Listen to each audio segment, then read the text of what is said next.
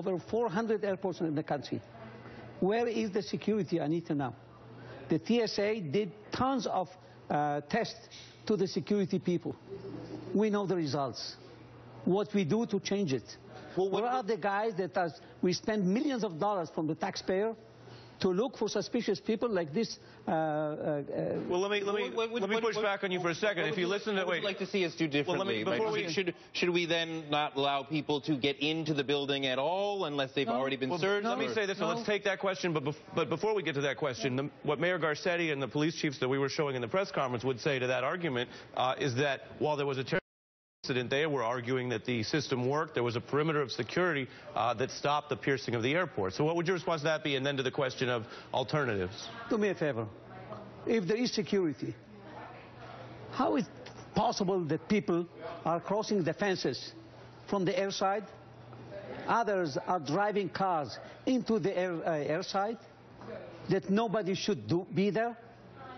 And we say we have security? Where is the Port Authority that they have to run around the airport to prevent this kind of tragedy? Where are the security special forces that the TSA hired and received millions of dollars, and they train the people to make sure that they will arrest anyone who is suspicious? We don't have security.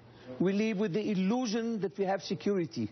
We have to stop relying on God and on luck. So what would you have American airports do differently? That somebody should not be able to enter the building at all until they've been checked, or? No, this is not a jail that people are coming to the airport. They should not suffer. We can train people to be able to identify suspicious people that are coming to the terminal from the sidewalk into the terminal and wherever they want to move. It sounds a little bit like profiling, right? And I know that in Israel that might be easier than in a multiracial country like America. How do you profile? How do you know this person is? Go ahead. What's the difference between Ben Gurion Airport in Tel Aviv or any terminal airport in this country? We have enough people to hire. We have enough people that are qualified to be trained and to be placed and to be tested that they do their job properly or not. Why we can do thousands of tests to make sure that one has to identify suspicious, he does his job properly or not. If you don't do it, go home. No mercy. Don't be nice. We are dealing with life. And look what happened now. Look at the panic. Look, everyone is talking so nice. At the bottom line, why we couldn't prevent it? Only because it's free country? It's because anyone can do whatever he wants?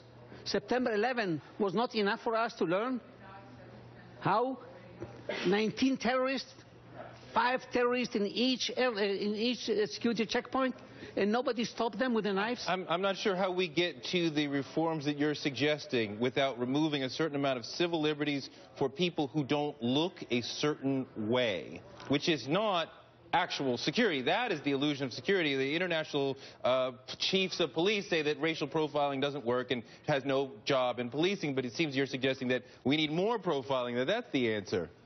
First of all, we need more. Number two, more profiling. People that are coming to attack, they cannot behave like you and me sitting here and talking and smiling or angry. People are nervous. You see that they do some signs between themselves. And you have to look at them to find out why they are nervous, why I'm walking slow when everybody is walking normal, why I have to look on the side many times to find out if somebody is watching me or not. It's not complicated to train people to be able to identify somebody who looks suspicious. Maybe you are wrong.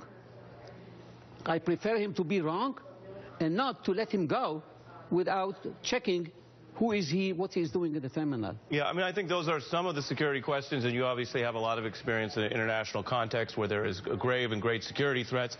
On the other hand, in contrast to some of what you suggested, many people will look, as we're still early in the reporting sequence, but if these numbers stand, and we're talking about about 6 or 7 injuries, 1 death, and a situation that was contained in a relatively quick amount of time, many will look at this as tantamount to a domestic crime, not something that could have been far worse, and not the breaching of the actual access to the airline. But we've had John to discuss all of that, so thanks for being with us today. Very big mistake to think like this. Very big mistake. Well, like I said, we're going to break, but what I was saying is thank you for being here. Okay. That's Isaac Yeffet. Thank you for coming in.